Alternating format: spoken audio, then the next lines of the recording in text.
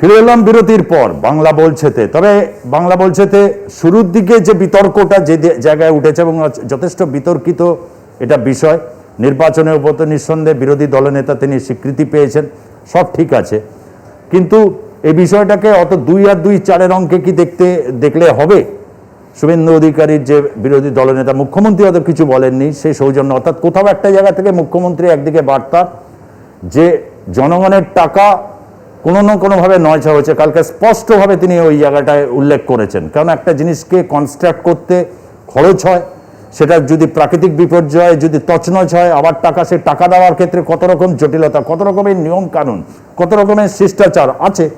ভারতবর্ষের সংসদীয় রাজনীতিতে এখনো রয়েছে। নতুন একটা পরিভাষা ভারতীয় জনতা পার্টি 2014 সালের পর ক্ষমতা আসার পর এটা বলা হয়েছে যে একটা কক্ষের পরিবর্তন হয়েছে। It is not a Congress type of democracy, it is a BJP type of democracy, এটা বলাই হচ্ছে। কিন্তু কোথাও কি তৃণমূল কংগ্রেস সহযোগিতারও বার্তাটা দিয়ে, কেন মুখ্যমন্ত্রী তো গেছেন, যা ক্ষয়ক্ষতি হয়েছে ওটা তুলে ধরেছেন। তথাপি এই প্রশ্নটা কেন আসছে, বিশেষভাবে রাষ্ট্রবাদ, নবীন পট্টনায়ক বেশি রাষ্ট্রবাদী, মমতা বন্দ্যোপাধ্যায় অত রাষ্ট্রবাদী নন, কেন এটা দীপনবাবু বলতে চাইছেন, তারপরেও জানতে চাইব। দেখুন, এইগুলো মানে একটা ঘটনা দিয়ে তো আমি কিছু বলছি না, এটা চলে আসছে। মানে আমরা দেখেছি কোভিড পরিস্থিতি নিয়ে প্রধানমন্ত্রী মুখ্যমন্ত্রীদের সঙ্গে যে বৈঠক করেছিলেন, যে দুটি বৈঠক করেছিলেন, সেই দুটি বৈঠকে উনি কোনো কারণে অনুপস্থিত ছিলেন। আমি ওনাকে দোষ দিচ্ছি না। তারপরে আমরা আজকে এটাও দেখলাম যে মানে আমি জানি না কোনো রকমভাবে তিনি আসতে দেরি হলো, তিনি আধ ঘন্টা বাদে এলেন, তিনি দুটো রিপোর্ট জমা করে তিনি চলে গেলেন। তো এই যে ঘটনা প্রবাহ হয়েছে, বাংলার মানুষ কিন্তু সবটা দেখছে। এবং আমি তৃণমূল কংগ্রেসের মুখপাত্রকে একটা জিনিস বলতে চাই, সেটা হচ্ছে যে তৃণমূল কংগ্রেসের মুখপাত্র হয়ে আপনি টিভির পর্দায় মিথ্যে কথাটা বলবেন না। 15ই মে সিএজি থেকে, সেন্ট্রাল সিএজি থেকে পশ্চিমবঙ্গ সরকারকে পরিষ্কারভাবে বলা হয়েছে 12 লাখ কোটি টাকার হিসেব এখনও কিন্তু পশ্চিমবঙ্গ সরকার সিএজিকে জমা দেয়নি। তাহলে একটা তো সন্দেহ থাকবেই, একটা তো প্রশ্ন থাকবেই যে কেন্দ্রীয় সরকার থেকে যে টাকা আসছে সেই টাকা কোথায় যাচ্ছে। আপনাদের চ্যানেলই আগের বছর আমফানের সময় দেখিয়েছিল যে তৃণমূলের ব্লক সভাপতিরা কিভাবে অনুপ্রেরণার দ্বারায় ত্রিপল চুরি হয়ে গেল, ত্রিপল তাদের কাছে চলে গেল, আমফানের টাকা তাদের কাছে চলে গেল। ব্লক সভাপতি তৃণমূল কংগ্রেসে প্রচুর ব্লক আছে, বাংলায় অনেক ব্লক সভাপতি আছে, আমি আসছি সুপ্রিয়, কিন্তু কোথাও কি এরকম ব্যাপকভাবে নিঃসন্দেহ ঘটনা ঘটেছে? তার পদক্ষেপ আজকে গতকালকে নিশ্চয়ই আপনি লক্ষ্য করেছেন যে দুয়ারে ত্রাণটা এসে গিয়ে পৌঁছবে, সরাসরি টাকা জমা পড়বে। এবং সবচেয়ে ইন্টারেস্টিং, যারা সেদিন দায়িত্বে ছিল তারা ভারতীয় জনতা পার্টির হয়ে 99% এই নির্বাচনে পরাজিত হয়েছে। 99% দুর্নীতির অভিযোগ ছিল, বাংলার মানুষ তো দেখেছে। এই প্রশ্নটা কেন আপনি স্কিপ করতে চাইছেন? কোথায় অসুবিধা হচ্ছে? দেখুন, প্রথম কথা হচ্ছে দুর্নীতি তারা করেছিল, যদি আমি মেনেও নিই, তাহলে সেটা তৃণমূল কংগ্রেসের ব্যানারে থেকে দুর্নীতিটা করেছিল, এটা মাথায় রাখতে হবে। এটা কিন্তু মানুষ ভুলে যায়নি। এবং আমি আরও একটা আপনাকে পরিসংখ্যান দিচ্ছি, গতকাল রাতে আমার কাছে একটা ফোন এলো নন্দীগ্রাম থেকে। নন্দীগ্রামের অবস্থা খুবই শোচনীয়। হলদি নদীর ধার দিয়ে যে নন্দীগ্রামের যে ব্লকটি গেছে, সেই ব্লকের অবস্থা খুবই শোচনীয়। মুখ্যমন্ত্রী নন্দীগ্রাম কেন গেলেন না? মুখ্যমন্ত্রী ইলেকশনের পরে নন্দীগ্রামকে ভুলে গেলেন, কেন যাচ্ছেন না নন্দীগ্রাম? ওকে ওকে সুপ্রিয়, আমি কমলবাবুর কাছে আসবো। হ্যাঁ সুপ্রিয়।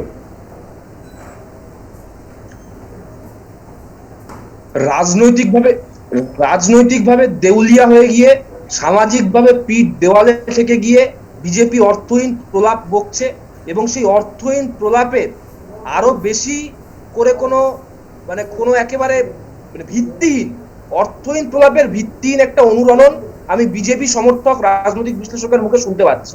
এটা অত্যন্ত দুঃখের লজ্জা। আমি এর চাইতেও বেশি দুঃখের লজ্জার বলবো এই কারণে, তার কারণ বিজেপি বা ভারতীয় জনতা পার্টি এমন একটা দল যারা চোর, গুন্ডা, বদমাইশ বলেছিল, চাল চোর, ট্রিপল চোর। শুভেন্দু অধিকারী তো 4 ধাপ এগিয়ে কল্পনা শক্তিতে একদম উড়ে যাচ্ছিলেন প্রায় বেলজিয়াম। বলছিলেন কিডনি চোর, বলছিলেন যে চাল চোর, ট্রিপল চোর, কিডনি চোর। তো এত কিছু বলার পরে এই শব্দগুলো যে জেলায় সবচেয়ে বেশি বলা হয়েছে, সংখ্যা তত্ত্বের জায়গা থেকে যদি বলি দীপন বাবুর গবেষণায় কাজে লাগবে, সেই জেলা ছিল হাওড়া। কে বলেছিল শুভেন্দু অধিকারীর পরে দ্বিতীয় সবচেয়ে বাংলায় ঘুরে ঘুরে ঘুরে ঘুরে ঘুরে ঘুরে যে চাল চোর, ট্রিপল চোর, কিডনি চোর, মানুষ চোর, অমুক চোর, দেখা গেছে তার নাম রাজীব ব্যানার্জি, যে তৃণমূল কংগ্রেসে আসার আগে ভোটে দাঁড়িয়েছিল, 900 ভোট পেয়েছিল, আর তৃণমূল কংগ্রেস থেকে মমতা ব্যানার্জির ছবিটা সরে গেছে, শোচনীয় ভাবে মানুষ প্রত্যাখ্যান করেছে, এই তৎকাল বিজেপিদের প্রত্যাখ্যান করেছে বিজেপির পুরো দলটাকে, পুরো কালচারটাকে। ফলে এই কালচারটা নতুন কোনো আনতে যাবেন না, হিসেব নিকেশ দেখাতে আসবেন না, এক। আর দ্বিতীয়ত হিসেব হিসেব নিকেশ দেখাতে আসবো না মানে এরকম মানে কি, মানে হিসেবের ঊর্ধ্বে তৃণমূল কংগ্রেস এখন হিসেবের ঊর্ধ্বে চলে গেছে নাকি? আপনি বলুন, মুখ্যমন্ত্রী কবে নন্দীগ্রাম যাবেন? নন্দীগ্রামের ব্লক 1 ধ্বংসস্তূপে পরিণত হয়েছে, কবে যাবেন নন্দীগ্রাম? আবার কি ইলেকশন আসার পর নন্দীগ্রামে যাবে? আবার কি ইলেকশন আসার পর গিমিক করার জন্য নন্দীগ্রামে যাবে?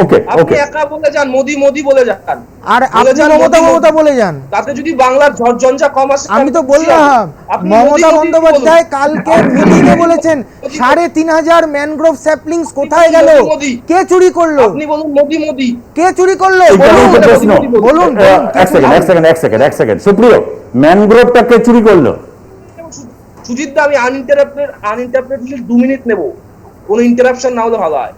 প্রথম হচ্ছে, আমি ক্যাটাগরিক্যালি বলছি, দীপন বাবু অন ক্যামেরা অন এয়ার আমি কি মিথ্যে কথা বলছি উনি দেখাতে পারেননি। শুধু বলেছেন শুভেন্দু অধিকারী রাজীব ব্যানার্জিতে ফলো করেছে, আমি মিথ্যে কথা বলছি। যেমন শুভেন্দু অধিকারী রাজীব ব্যানার্জি বলে তৃণমূল চোর, কে চুরি করেছে, কোথায় চুরি করেছে কোনো প্রমাণ নেই, ধরে নিয়ে গেছে তখন ছেড়ে দিতে হচ্ছে।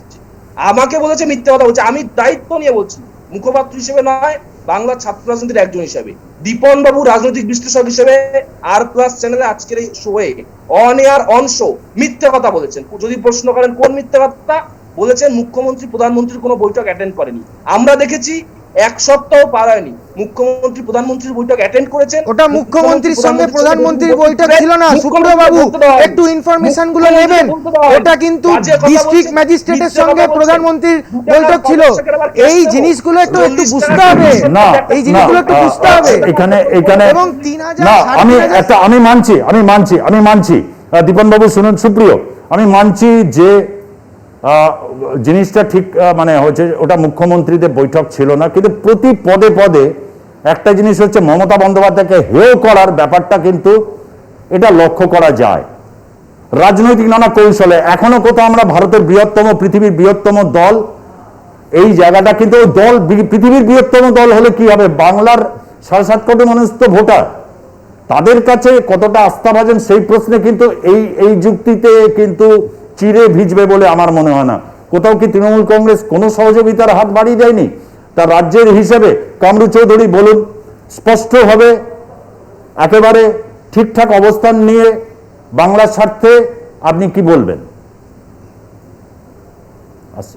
না সুজিতদা, দেখুন আলোচনা যেটা হচ্ছে এখানে এখন দুটো পয়েন্ট আমার মাথায় এসেছে। প্রথম কথা হচ্ছে যেটা আমফানের দুর্নীতিটা, সেটা আমরা সামনে রেখে একটা নির্বাচন আমরা লড়ে ফেলেছি অলরেডি, তো এই মুহূর্তে ওইটা আর এখন নান ইস্যু হয়ে গেছে। 2 নম্বর যেটা হচ্ছে, যে অভিযোগগুলো আসছে যে বন দপ্তরের দুর্নীতি, যে বাঁধগুলো তৈরি হয়েছিল তৃণমূল কংগ্রেসের আমলে বা যারা যারা ছিলেন তখনকার মন্ত্রী, তারা যে করেছিলেন, তার জন্য এটা তো একটা ইনকোয়ারি কমিটি করা হোক, একটা তদন্ত হোক, তদন্ত তো হবার কথা ঘোষণা করেছে, এটা হবে। কামরুদা, আমার খালি প্রশ্ন যে আমফানে যে রাজ্য প্রয়োজনীয় সহযোগিতা পায়নি, এই বিষয়ে আপনি কি একমত? এই বিষয়ে কি তুমি একমত? আমফানে রাজ্য প্রয়োজনীয় সহযোগিতা পায়নি, এই বিষয়ে তুমি একমত তো? দেখো, আমার কথাটা হচ্ছে আমফান নিয়ে আমরা রাজনীতি করে একটা নির্বাচন লড়ে বেরিয়ে এসেছি, না আমার মতটা জানার আগে মানুষের মত। এখানে আমি তোমার প্রশ্নের উত্তর দিতে আসিনি ভাই, আমি মানুষের সামনে আমার বক্তব্যটা, আমার দলের বক্তব্যটা দিতে এসেছি। সেটা আছেন ওখানে সুচিতদার, কোনো আপত্তি থাকলে উনি আমাকে প্রশ্ন। দ্বিতীয় কথা হচ্ছে, আজকে সুপ্রিয়কে যে প্রশ্নটা আসছে প্রধানমন্ত্রীর সামনে, যে মুখ্যমন্ত্রী গিয়ে ওখানে গেলেন, দুটো প্রশ্ন এখানে আছে। একটা হচ্ছে যে প্রধানমন্ত্রী মুখ্যমন্ত্রীর সঙ্গে মিটিং, এটা কি অলরেডি কি শিডিউল ছিল না শিডিউল ছিল না? শিডিউল ছিল, তাহলে মুখ্যমন্ত্রী ওখানে টাইম মতো উপস্থিত। কিন্তু শিডিউলিং এ উনি, আপনি এক সেকেন্ড আপনি খেয়াল করেছেন নিশ্চয়, দীপন বাবু বললেন কানাঘুষো শুনছিলাম যে শুভেন্দু অধিকারী থাকবে। প্রশ্ন হচ্ছে, গতকালই শুভেন্দু অধিকারীর বিরুদ্ধে ইঙ্গিত আছে, দুর্নীতির প্রশ্ন, এবং আমরা কি জানি, সত্যিই যদি রাজ্যের ভালো চাই, বিরোধী দলনেতা গণতন্ত্র তার থেকেও বড় হচ্ছে মানুষের এখন সমস্যার প্রশ্ন। তাহলে কি মুখ্যমন্ত্রী বিষয়টা শিডিউল, সবই শিডিউল, কিন্তু কোথাও আমার এখানেই তো প্রশ্ন যে মুখ্যমন্ত্রীকে বারবার করে হেয় করা, কোথাও হচ্ছে তাকে এক্সপোজ করছি যেন, এই মানসিকতা কি বিজেপি কাজ করছে? এটাই আমার প্রশ্ন। কামরুবাবু, শিডিউল তো ছিল, কিন্তু শুভেন্দু অধিকারী থাকবেন কি না সেই শিডিউলিং এ সেটা উল্লেখ ছিল না। আমি একটা উদাহরণ দেই, গত সপ্তাহের একটা উদাহরণ দেই। দিল্লিতে হলো কাণ্ডটা, আমাদের অধীর বাবু আছেন বর্তমানে বিরোধী দল নেতা পার্লামেন্টের লোকসভা, সেইখানে সিবিআই ডাইরেক্টরের সিলেকশনের যে প্রশ্ন মিটিংটা এসেছিল, সেই জায়গাটায় চিফ জাস্টিস অফ ইন্ডিয়া মাননীয়, তারপরে আমাদের প্রধানমন্ত্রী মাননীয় এবং অধীর বাবু, এই তিনজনের মিটিং এ এমন একটা সুস্থ পরিবেশে একটা আলোচনা হয়ে একটা সিবিআই ডাইরেক্টরকে চুজ করা হলো। এটা হচ্ছে আমাদের গণতন্ত্রর, এটা কি বলবো, এটা গর্ব। আজকে যদি শুভেন্দু অধিকারী কোন দল থেকে এসছেন জানি না, কনস্টিটিউশনালি উনার পোস্টটা হচ্ছে as a leader of the opposition of the West Bengal Legislative Assembly. যদি ওখানে প্রটোকল বলে যে he need to be there, তাহলে উনি থাকা উচিত এবং মুখ্যমন্ত্রী ওই মিটিংটা অ্যাটেন্ড করা উচিত ছিল। কেন শুভেন্দু অধিকারী ওখানে যাবেন, তার জন্য আমি ওই মিটিং অ্যাটেন্ড করব না? That is wrong. এটা হচ্ছে না, এটা গণতন্ত্র নয়। আপনি যেই জায়গাটায় মোদির অটোক্রাসির এগেইনস্টে আপনি এত সরব হয়ে এত লড়াই করছেন এবং এত ফিজিক্যাল, মানে আমরা দেখতে পাচ্ছি আপনার লড়াইটা, যেটা আপনি মোদির এগেইনস্টে, মোদির অটোক্রাসি, ফেডারেলিজমের উপরে আপনি আলোচনা করছেন, সেই জায়গাটায় আজকে আপনি কেন এত ইনটলারেন্ট হয়ে গেলেন যখন একটা বিরোধী দলের নেতা স্পষ্ট বক্তব্য রেখেছেন কামরুল চৌধুরীকে জানি, তিনি স্পষ্ট বক্তব্য রাখার জন্য সিদ্ধহস্ত, স্পষ্ট বক্তব্য রেখেছেন। খুব সংক্ষেপে বলতে হবে সুপ্রিয়, আমি আসবো তারপরে হচ্ছে দীপন বাবুর কাছে। না, আমার কথাটা হচ্ছে যে একই প্রশ্ন কুমিরের ছানার মতো করে বারবার করে বলা হচ্ছে, প্রেক্ষিতটা বদলে দেওয়া হচ্ছে। মুখ্যমন্ত্রী যদি একটা স্পেসিফিক প্রশ্ন, খুব সংক্ষেপ প্রশ্ন, মুখ্যমন্ত্রী কি প্রধানমন্ত্রীর ডাকায় বৈঠকটা অ্যাটেন্ড করেছেন কি করেননি?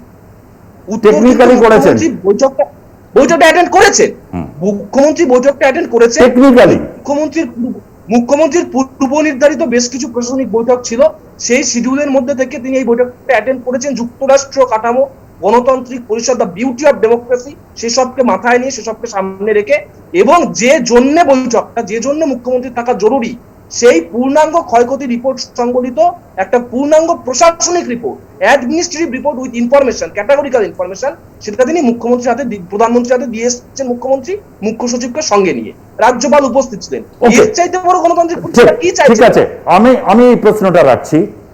সত্যি কি এইরকম একটা পরিস্থিতিতে, কিছুটা মানছি যে এটা বুঝি, কারণ আমরা যারা মমতা বন্দ্যোপাধ্যায় রাজনৈতিক আন্দোলন, লড়াই আন্দোলন, তিনি এই জায়গায় তার যে জায়গায় পছন্দ নয় সেই পছন্দটাকে তিনি সোচ্চারে সবসময় স্পষ্টভাবে বলেন, এটাই তার উপলব্ধি বরাবরের। আমার প্রশ্ন হচ্ছে এই রকম বিপর্যয়ের মধ্যে রাজ্যকে এগোতে হবে, এবং তিনি চানও যে রাজ্যকে, এটা মানুষ পজিটিভলি, সংখ্যাগরিষ্ঠ মানুষ পজিটিভলি বিশ্বাস করে, তাহলে কি রাজ্য সরকার সহযোগিতা করতে প্রস্তুত, না সেটা টেকনিক্যালি এটাকে স্কিপ করে যাওয়া হবে? আমার এই প্রশ্নটাও একটু সুপ্রিয় উত্তর দাও। না, কেন্দ্রীয় সরকার সহযোগিতা করলে সেটা তো একবার নয় 100 বার স্বাগত। বাংলার উন্নয়নে কেন্দ্রীয় সরকার যদি কোনো কাজ করতে চায়, কোনো অর্থ সাহায্য করে, সেটা আমরা তো বলছি যে যুক্তরাষ্ট্র কাঠামো মেনে আমরা হাতে হাত বেঁধে বাংলাকে এগিয়ে নিতে বিশ্বাসী, কিন্তু শুধু কথা আর নো কাজ, এইটা কিন্তু বাংলার মানুষ কিন্তু প্রত্যাখ্যান করেছে পুরো নীতিটাকেই, যেটা আমরা বিধানসভার রায়েও দেখতে পেয়েছি। কিন্তু সামনের দিনে আমরা চাইবো যুক্তরাষ্ট্র কাঠামো মেনে কেন্দ্র রাজ্য সরকার একসঙ্গে কাজ করুক, কিন্তু রাজ্যকে উপেক্ষা করে প্যারালাল, সমান্তরাল প্রশাসন চালানোর যে একটা ভাবনা চিন্তা বা যে মানসিকতা, সেই মানসিকতাটাকে বর্জন করে সহযোগিতার পথে আসতে হবে। প্রতিযোগিতার পথ নিয়ে সহযোগিতার পথে আসা যাবে না। আমি আসবো দীপন বাবুর কাছে। আমার মনে হয় এই যে এত কিছু যুক্তি, আপনি নবীন পট্টনায়কের কথা বললেন, ভারতবর্ষে আরেকটি রাজ্য আছে তামিলনাড়ু, সেখানে এআইডিএমকেও থাকুক আপনাদের সাথে বা ডিএমকে অপোজিশনে থাকুক, এইসব যুক্তি কিন্তু ওখানেও ধোপে টিকবে না, তারাও রাষ্ট্রবাদী। আপনি কোথাও একটা মনে হচ্ছে যে এই জয়টা, তৃণমূল সংখ্যাগরিষ্ঠ মানুষের জয়টা হজম করতে হচ্ছে, কিন্তু কোথাও একটা জায়গা দিয়ে রাজ্য, কিন্তু রাজ্যের মানুষ কিন্তু এই চরম পরিস্থিতিতে এই বিষয়গুলোকে খুব ভালো চোখে, আবারও বলছি, নেয় না। ঠিক নির্বাচনের আগে ওই কতগুলো এইগুলো ইঙ্গিত আমরা দিতাম। কি বলবেন দীপনবাবু? আমি কিন্তু স্পষ্টভাবেই প্রশ্নটা রেখেছি, আপনি নিশ্চয়ই বুঝতে পারছেন আমি কি বলতে চাইছি প্রশ্নে। অশ্বত্থামা হত ইতি গজ, আজকের বৈঠকে মুখ্যমন্ত্রী যে এলেন সেই জিনিসটা অনেকটা অশ্বত্থামা হত ইতি গজর মতন হয়ে গেল। টেকনিক্যালি আপনি বললেন, টেকনিক্যালি উনি মিটিংটায় প্রেজেন্ট ছিলেন, কিন্তু বাকি কি হয়েছে সেটা বাংলার মানুষ দেখেছে। তারপরে আমি আরেকটা কথা বলছি, গণতান্ত্রিক পরিকাঠামোতে একটা উনি আঘাত আনলেন। তার কারণ হচ্ছে শুভেন্দু অধিকারী, যিনি বিরোধী দলনেতা, তিনি একটা বৈঠকে উপস্থিত থাকবেন, তার জন্য মুখ্যমন্ত্রী আসবেন না, এটা একটা মানে তার জন্য বৈঠকটা এড়িয়ে যাবেন, এটা একটা কারণ হতে পারে। একটা গণতান্ত্রিক পরিকাঠামোতে এটা একটা কারণ হতে পারে। এই মুহূর্তে তো মুখ্যমন্ত্রীর এই মুহূর্তে তো মুখ্যমন্ত্রীর উচিত ছিল যে সর্বদলীয় বৈঠক ডেকে সেইগুলো নিয়ে একটা মানে বিশ্লেষণ করে তারপরে প্রধানমন্ত্রীর কাছে যাওয়া উচিত ছিল। কোথায় সর্বদলীয় বৈঠক? আমরা দেখতে পাচ্ছি না কোনো সর্বদলীয় বৈঠক। একটা একনায়কতন্ত্র চলছে, কেন বিরোধী দলনেতাকে ইগনোর করা হবে? ঠিক আছে দীপন বাবু, মুখ্যমন্ত্রীর বক্তব্য, মুখ্যমন্ত্রীটা অশ্বত্থামা হত ইতি গজ, কিভাবে তাকে আপনারা বাগে নিয়ে এসে কাজ মানে ইয়েতে করাবেন, এইটা না হয় পরবর্তী অধ্যায়গুলোতে দেখব। শুভেন্দু অধিকারী কিন্তু বলেছেন রাজ্যে ক্ষতি হয়েছে, রাজ্যে ব্যাপক ক্ষতি হয়েছে। তিনি বিরোধী দলনেতা, নন্দীগ্রাম থেকে জিতে এলেও তিনি বিরোধী দলনেতা। তাহলে পুরো টাকা 15,000 কোটি টাকার হিসেব মুখ্যমন্ত্রী দিয়েছেন। আপনি বললেন যে 600 কোটি টাকা উড়িষ্যা বলেছে, ওইটার উপর স্ট্রেস দিয়েছেন। তাহলে শুভেন্দু অধিকারী এবং বিজেপির দায়িত্ব যে বাংলার এই ক্ষতিটাকে তারা অ্যাসেস করে বাংলার জন্য নিয়ে আসা, সেই দায়িত্বটা। সেই জন্যই বলছি একটা সর্বদলীয় বৈঠক ডাকা খুবই জরুরি। আমরা দেখছি 5 তারিখ মুখ্যমন্ত্রী তৃণমূল কংগ্রেসের সাংগঠনিক বৈঠক ডাকছেন, তিনি সর্বদলীয় বৈঠকে যাচ্ছেনই না। এই অবস্থাতে তো সর্বদলীয় বৈঠক ডাকা উচিত। ক্ষয়ক্ষতি যা হয়েছে সমস্ত কিছু করে বিজেপির তরফ থেকে, কংগ্রেস, সিপিএম সবার তরফ থেকে বলা উচিত কেন্দ্রীয় সরকারকে, কিন্তু সেরকম কিছু তো দেখতে পাচ্ছি। তাহলে দীপনবাবু, বা ধরে নিচ্ছি সময় শেষ, ধরে নিচ্ছি সুপ্রিয় কিন্তু পরিষ্কার যে কেন্দ্র যদি চায় রাজ্য কিন্তু তার সহযোগিতা, তার শর্তে, রাজ্যেরও শর্ত থাকে না। কিন্তু দীপনবাবু, আপনাদের কাছে যে সহযোগিতা করব, কিন্তু কতগুলো প্রস অ্যান্ড কনস মানতে হবে, কোথাও কাউকে মেনে নিতে হবে, সংঘাতটা তাহলে এই জায়গাতে গিয়ে দাঁড়াচ্ছে। কিন্তু যাই হোক, আজকের মতো শেষ করছি। বাংলা বলছে এই পর্যন্তই থাকছি। ধন্যবাদ জানাচ্ছি দীপন মজুমদার, আপনাকে, কামরু চৌধুরী এবং সুপ্রিয় চন্দ্র, তিনজনকেই ধন্যবাদ জানাচ্ছি যে এই পরিস্থিতির মধ্যে দিয়ে যেতে হবে, লড়াই চলতে হবে, অর্থাৎ উন্নয়নের জন্য লড়াই, এবং হচ্ছে কোথাও দুর্নীতির বিরুদ্ধে। আমরা কিন্তু কোভিড পরবর্তী বাংলাতে এটা দেখতে চাই, সুস্থ বিতর্ক, স্পষ্ট প্রশ্ন, এবং হচ্ছে ভারতবর্ষের যারা রাষ্ট্র, এই ভারত রাষ্ট্রের তার গতি প্রকৃতিতে অনেক দূর অবধি আজকে এগিয়ে এসেছে। আগেও বলেছি যে চাণক্য বলতেন যে গণরাজ্যগুলোকে যদি সুরক্ষিত না থাকে, গণরাজ্য যদি মনে করে যে তার সাথে কেন্দ্র ঠিকমতো ব্যবহার করছে না, সেই গণরাজ্যকে কিন্তু কখনোই যে কোনো পদ্ধতিতে যতই চেষ্টা করো, ছল বল যা কিছু, এটাকে কিন্তু রাখা যায় না। বারবার বলছে যুক্তরাষ্ট্রীয় কাঠামোর প্রধানতম শর্ত থাকে সেদিনের গণরাজ্য, চাণক্য বা ধনানন্দের সময়কার গণরাজ্য, আজকে যেটাকে আমরা অঙ্গরাজ্য বলি, তার একটা স্বাতন্ত্র্য এবং মর্যাদা বোধ। সেখানে শুধু গণতন্ত্রের প্রশ্ন দিয়ে কিন্তু ওটাকে তাহলে শাক দিয়ে কি মাছ ঢাকা হচ্ছে, এই প্রশ্নে কিন্তু আমরা চেজিংটা রাখবই। বাংলার উন্নয়ন, বাংলার বক্তব্য সবার আগে, এবং বাংলা ভালো থাকলে দেশ ভালো থাকবে, দেশ ভালো থাকলে বাংলাও ভালো থাকবে, এই বিশ্বাস আমরা করি। আজকের মতো শেষ করছি। দেখতে থাকুন আর প্লাস নিউজ, সবার আগে সবার পাশে। ধন্যবাদ, নমস্কার।